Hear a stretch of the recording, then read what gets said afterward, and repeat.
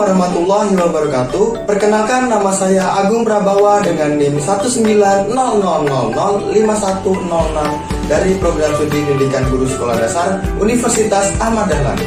Pada kesempatan kali ini, perkenankan saya untuk menyampaikan laporan pengenalan lapangan persekolahan 2 di SD Negeri Bangunrejo 2. Selamat menyaksikan. Selanjutnya saya akan menyampaikan hasil analisis saya terkait dengan perangkat pembelajaran yang digunakan guru di SD Negeri Bangunrejo 2. Saya mengambil sampel perangkat pembelajaran kelas 6 SD. Untuk yang pertama adalah analisis RPP, di mana komponen RPP telah lengkap meliputi identitas, kompetensi inti, kompetensi dasar, indikator, tujuan, materi pembelajaran, model pembelajaran, metode pembelajaran, pendekatan pembelajaran, alat dan bahan, sumber belajar, langkah-langkah pembelajaran, remedial, pengayaan, dan juga terakhir adalah penilaian pembelajaran. Untuk kompetensi inti, kompetensi dasar, dan indikator telah sesuai, di mana kompetensi inti diturunkan ke dalam bentuk kompetensi dasar, kompetensi dasar diturunkan lagi dalam bentuk indikator pembelajaran. Terdapat juga tingkat pengetahuan high order thinking skill, yaitu C4 dan juga P6. Tujuan pembelajaran sudah tercantum dalam RPP, sesuaikan dengan indikator pembelajaran yang telah dirancang. Terdapat 4 unsur di dalamnya, yaitu audience, behavior, condition, dan juga degree. Metode pembelajaran digunakan yaitu ceramah, tanya jawab, pengamatan, dan juga penugasan. Langkah-langkahnya dalam RPP diantaranya ada kegiatan pendahuluan yang terdiri dari persepsi, motivasi, dan juga orientasi. Selanjutnya ada kegiatan inti yang dimana dilaksanakan sesuai dengan sintak pada model pembelajaran problem based learning sebagai model pembelajaran yang dipilih. Kegiatan penutup dilakukan dengan membuat kesimpulan, melakukan penilaian akhir atau evaluasi, serta kegiatan refleksi. Penilaian dibagi menjadi 3 ranah, yaitu sikap, pengetahuan, dan juga keterampilan. Penilaian sikap dilakukan menggunakan format pengamatan. Penilaian pengetahuan dilakukan dengan teknik tes tertulis. Penilaian keterampilan dilakukan dengan menggunakan teknik observasi. Selanjutnya adalah analisis materi atau bahan ajar. Telah terlampir bahan ajar di dalam RPP. Bahan ajar dirancang sesuai dengan kompetensi dasar yang ingin dicapai dalam proses pembelajaran. Dibuktikan dengan ditampilkannya kompetensi dasar, indikator, dan tujuan pembelajaran dalam bahan ajar. Selanjutnya adalah bahan ajar telah disusun sesuai dengan kemampuan peserta didik di sekolah dasar. Bahan ajar dari sisi tampilan sangatlah menarik, di mana terdapat banyak sekali desain-desain menarik. Penyajian gambar sangat memfasilitasi peserta didik untuk berpikir secara konkret. Materi yang disampaikan dalam bahan ajar juga sangat runtut, sehingga diurutkan dari yang paling mudah kepada yang paling susah. Untuk analisis media pembelajaran yang digunakan adalah PowerPoint dan juga augmented reality, di mana kedua media ini sesuai dengan tujuan pembelajaran yang ingin dicapai. Untuk materi yang di dalam media pembelajaran ini sudah sesuai dengan materi yang akan diajarkan pada hari itu. Media pembelajaran, PowerPoint, dan juga augmented reality sesuai dengan perkembangan peserta didik, karena di dalamnya terdapat gambar serta video dan juga objek 3 dimensi yang mampu memfasilitasi peserta didik yang belum dapat berpikir secara abstrak, sehingga dibutuhkan media yang mampu mengkonkretkan materi. Selanjutnya adalah analisis strategi pembelajaran. Strategi pembelajaran telah dirancang sesuai dengan kompetensi dasar, di mana dari segi kognitif berisikan KD cara menganalisis cara makhluk hidup menyesuaikan diri, dan dalam segi psikomotorik KD-nya berisi menyajikan hasil karya tentang cara makhluk hidup menyesuaikan diri dengan lingkungan sebagai penelusuran sumber. Ini semua tercantum dalam strategi pembelajaran. Strategi pembelajaran yang digunakan telah sesuai dengan perkembangan peserta didik kelas atas. Pembelajaran yang digunakan banyak menggunakan tanya jawab, kemudian ada kegiatan kelompok, pembuatan mind mapping, dan juga melakukan analisis serta presentasi di depan kelas. Waktu yang digunakan untuk menyelesaikan strategi pembelajaran yaitu 2 kali 35 menit atau 2 jam pelajaran. Strategi yang digunakan sangat berkaitan dengan materi yang akan disampaikan pada hari itu. Kemudian ada analisis instrumen evaluasi. Instrumen evaluasi yang digunakan adalah soal tes tertulis dengan rincian 5 soal pilihan ganda dan juga 2 soal isian. Dalam evaluasi ini telah sesuai dengan indikator, tujuan pembelajaran, evaluasi pembelajaran, materi pembelajaran, serta terdapat juga rubrik atau pedoman penilaian dan juga ada kunci jawaban di dalamnya. Selanjutnya adalah analisis pemanfaatan teknologi informasi dan komunikasi dalam pembelajaran, di mana penggunaan augmented reality dan juga PowerPoint sangat menunjang adanya penggunaan TIK di dalam proses pembelajaran. Penggunaan PowerPoint dan juga augmented reality yang dimana dalamnya ada foto, ada gambar, dan juga ada objek 3 dimensi sangat tepat penggunaannya dalam materi dari ini karena mampu membuat objek yang materi yang sebelumnya abstrak menjadi konkret. Teknologi yang digunakan guru dalam mengajar membuat peserta didik dapat lumayan aktif dalam proses pembelajaran. Berdasarkan hasil analisis saya terkait dengan perangkat pembelajaran di SD Negeri Bangunrejo 2 untuk melakukan praktek pembelajaran PLP 2, saya menyesuaikannya dengan perangkat pembelajaran yang telah saya analisis, di mana di dalamnya ada RPP, kemudian ada media pembelajaran, dan juga ada evaluasi serta penilaian. Untuk RPP sendiri saya menggunakan format sesuai dengan yang ada di RPP SD Negeri Bangunrejo 2, di mana termuat di dalamnya yaitu identitas, kemudian ada kompetensi inti, kompetensi dasar, indikator pembelajaran, tujuan pembelajaran, habis itu materi pembelajaran, pendekatan, model, metode pembelajaran, kemudian ada juga alat, media, sumber, dan juga bahan ajar. Di dalamnya juga ada langkah-langkah pembelajaran terdiri dari 3 tahap yaitu atau 3 kegiatan, yaitu kegiatan pendahuluan, inti, dan juga penutup. Pada kegiatan pendahuluan dilakukan dengan orientasi, kemudian ada apersepsi dan juga motivasi. Dalam kegiatan inti dilakukan sesuai dengan sintak pembelajaran atau model pembelajaran yang telah dipilih, yaitu model pembelajaran problem based learning. Untuk kegiatan penutup sendiri dilakukan dengan kesimpulan, kemudian ada juga mengerjakan evaluasi dan juga adanya refleksi. Selanjutnya ada komponen penilaian, kemudian ada komponen remedial, dan juga ada komponen pengayaan.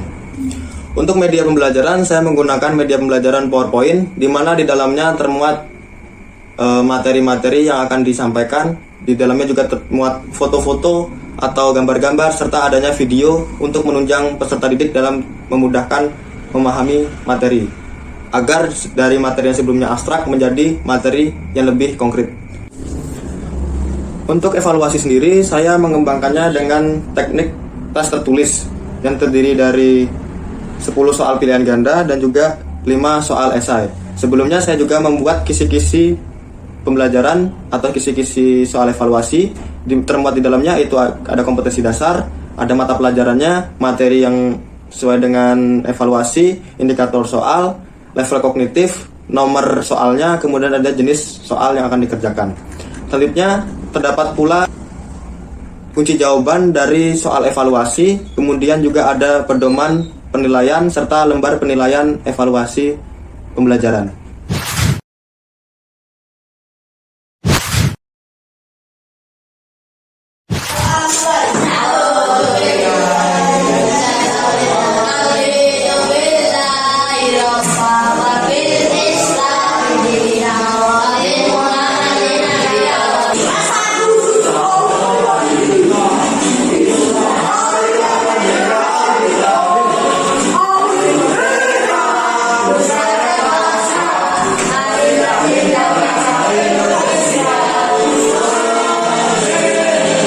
Tadi tanggal berapa Indonesia merdeka?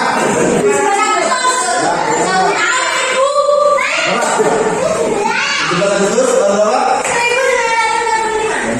Yang dibatarin apa? Coba, ada tahu? Ya, sejarah kemerdekaan Indonesia. Nah, setelah itu untuk mengetahui bagaimana sejarah kemerdekaan Indonesia itu seperti apa, kemudian kita juga menguraikan tokoh-tokoh dalam sejarah kemerdekaan Indonesia. Dan terakhir adalah membuat peta pikiran terkait dengan sejarah. Ulang lagi ya. Tepuk semangat.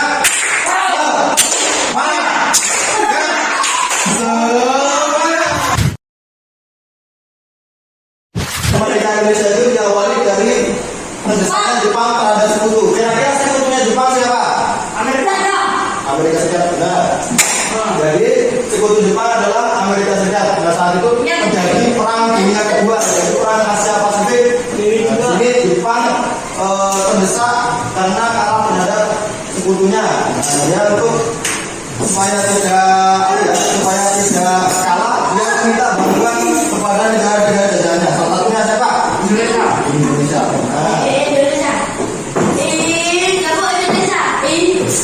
Nah, pada tanggal 7 September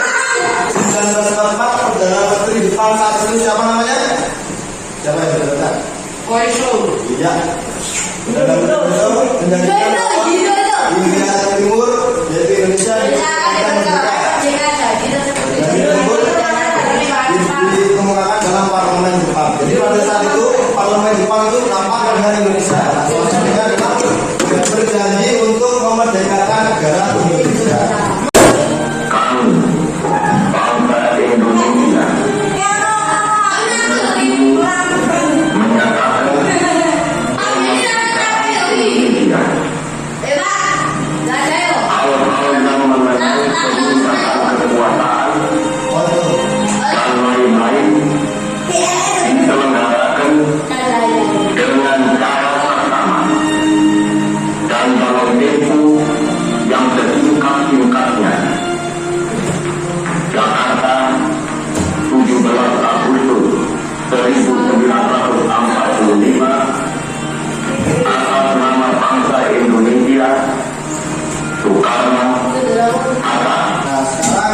Kita akan merincikan tokoh-tokoh dalam proklamasi kemerdekaan Indonesia. Ingat-ingat tadi fotonya, ingat-ingat perannya apa aja.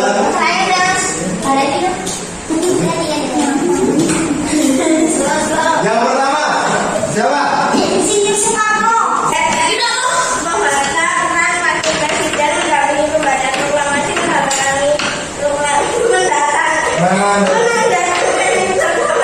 Bener gak?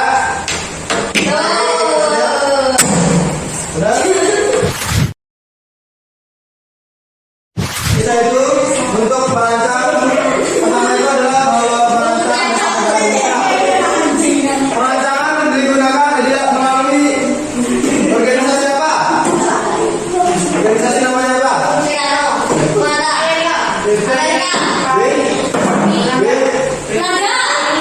Ya, benar, BPUPKI. Selain itu ada apa lagi? Ya, yang ada di panitia, yang ada di BPUPKI, panitia apa? Panitia apa? Ketuanya siapa?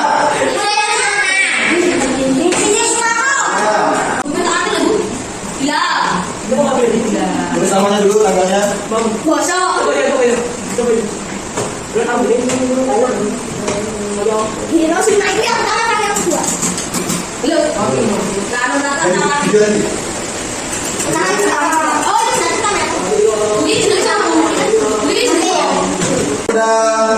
Sudah belajar dengan baik, sudah mengerjakan tugas dengan sebaik-baiknya. Maka mengucapkan terima kasih sekali lagi. Untuk menutup pelajaran, siapa yang mau membaca doa?